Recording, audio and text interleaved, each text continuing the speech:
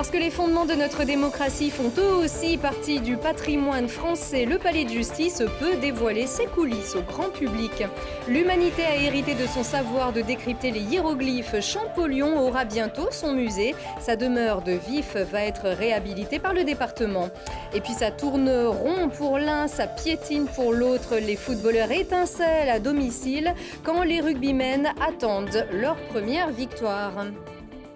Bonsoir à tous, bienvenue dans votre JT de ce lundi 17 septembre 2018. Les Français sont donc toujours aussi attachés à leur patrimoine. Les journées européennes du patrimoine ont mobilisé 12 millions de personnes le week-end dernier en Isère.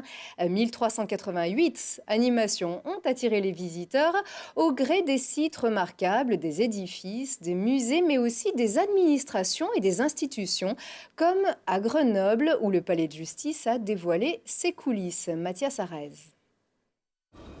Inauguré en 2003, le palais de justice de Grenoble n'est pas vraiment le premier lieu auquel on pense quand on évoque le patrimoine. D'habitude, on va plutôt visiter les musées, les châteaux. Donc cette année, on a décidé de changer de registre et les enfants étaient très intéressés. Ils n'avaient jamais vu de salle de tribunal, quoi, voilà. Plus que la visite d'un bâtiment aussi moderne soit-il, c'est ce qu'il abrite que le procureur général et le président de la cour d'appel de Grenoble veulent voir mis en avant. La justice, dans notre idée, c'est de montrer qu'elle est une institution qui fait toujours un peu peur, mais qui est moderne et qui peut aider nos concitoyens. Je rappelle que nous rendons la justice au nom du peuple français. Il est normal que nos concitoyens voient ce que nous faisons, posent des questions, questionnent la justice. C'est un service public qui a des comptes à rendre et c'est aussi une manière de rendre des comptes. En plus des traditionnelles présentations des métiers de la justice et des différents corps de sécurité, de nouveautés au tableau, une reconstitution de comparution immédiate et la visite des cellules où les prévenus attendent leur tour. Pour des raisons de sécurité, notre caméra attendra là. Très intéressant de voir un peu comment sont gérés les détenus et le parcours qu'ils font pour arriver jusqu'à la salle d'audience et comment ils sont gérés en attente de leur procès. Traditionnellement lieu de bonnes ou de mauvaises nouvelles, le palais de justice endosse le temps d'une journée la casquette d'éducateur et la salle des pas perdus n'aura jamais aussi peu mérité son surnom. Et si vous voulez aller plus loin, on rappelle que le public peut assister aux audiences et notamment aux assises à moins d'un huis clos. Vous pouvez vous renseigner au Palais de justice ou sur le site internet courdassises.fr/38. Il ouvrira forcément ses portes pour ces journées du patrimoine dans quelques années. Le musée Champollion verra bien le jour.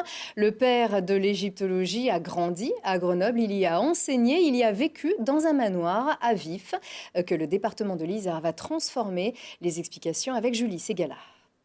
Des murs qui s'effritent, des escaliers qui s'affaissent, un plancher qui s'effondre. Resté porte close pendant plus d'une décennie, le manoir Champollion s'est transformé en une véritable ruine.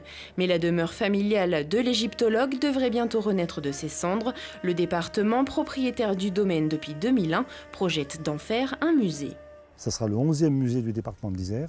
Et un musée consacré donc à la famille Champollion, aussi bien au plus jeune des deux frères, c'est-à-dire Jean-François Champollion, qui était le déchiffreur en quelque sorte donc, des hiéroglyphes, et puis donc, également son frère donc, Jacques-Joseph. Avec deux lieux importants donc, pour les expositions, la maison qui servira pour les expositions permanentes. Sur une autre partie, là où il y avait les dépendances de la maison, donc, il y aura un espace d'exposition temporaire.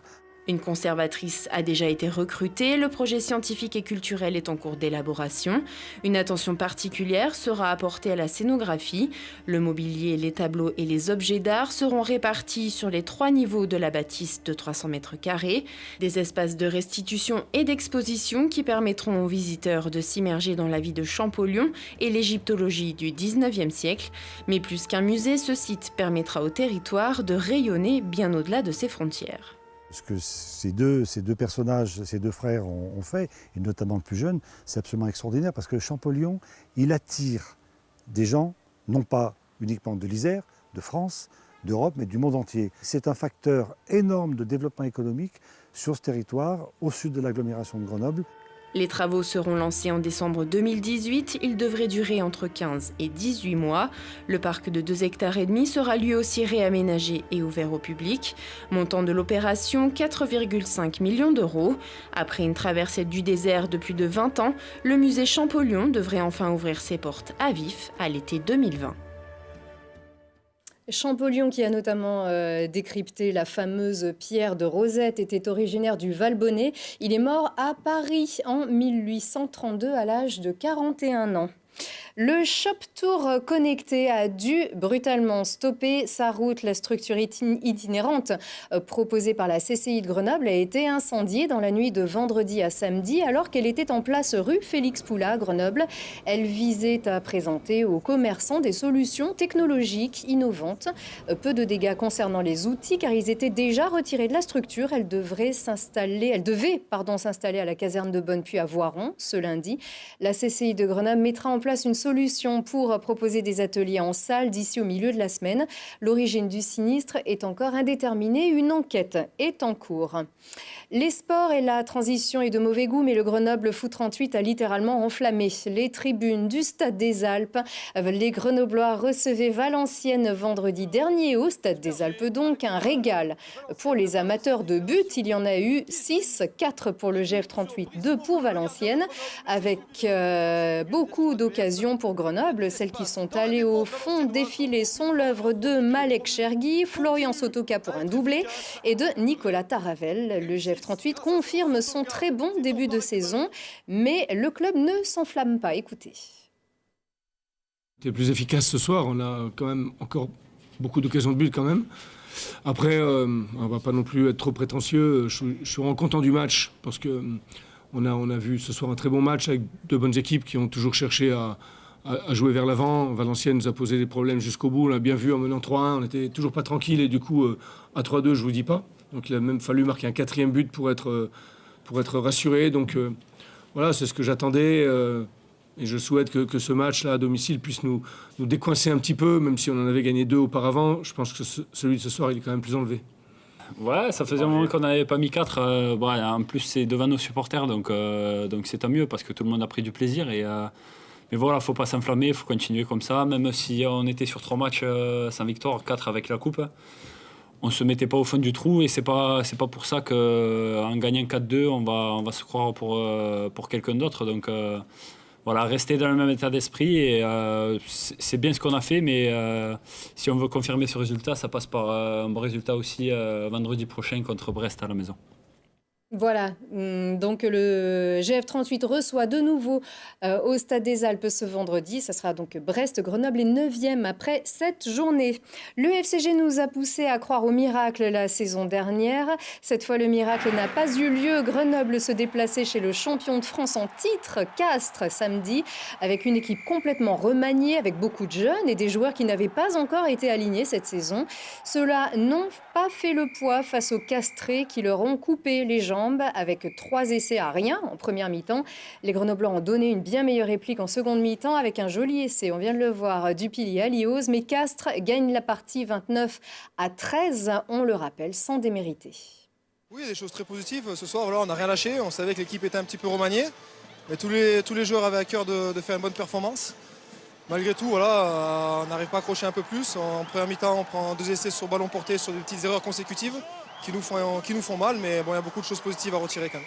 Il y a une belle jeunesse, tout le monde a envie de profiter de cette aventure et beaucoup de joueurs étaient frustrés de ne pas jouer le début de saison. Et voilà, ils ont montré de belles choses, il faut continuer comme ça, la saison est encore longue et on a un match très important la semaine prochaine.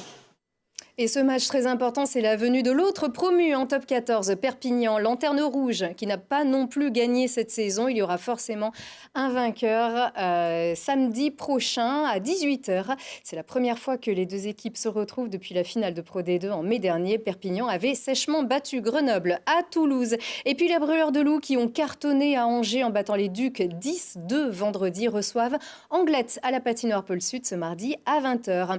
Demain, vous retrouvez Marie-Caroline à Brial pour votre JT. On se quitte avec ces très belles images de l'Ultra Raid de la Meije. C'était la 8e édition organisée par des passionnés. 603 vététistes y ont pris part samedi et dimanche. C'est un record. 70 km samedi, 50 km dimanche. Et c'est l'Espagnol Nadal, mais oui, qui a gagné en 10h11 minutes. Très bonne soirée à tous.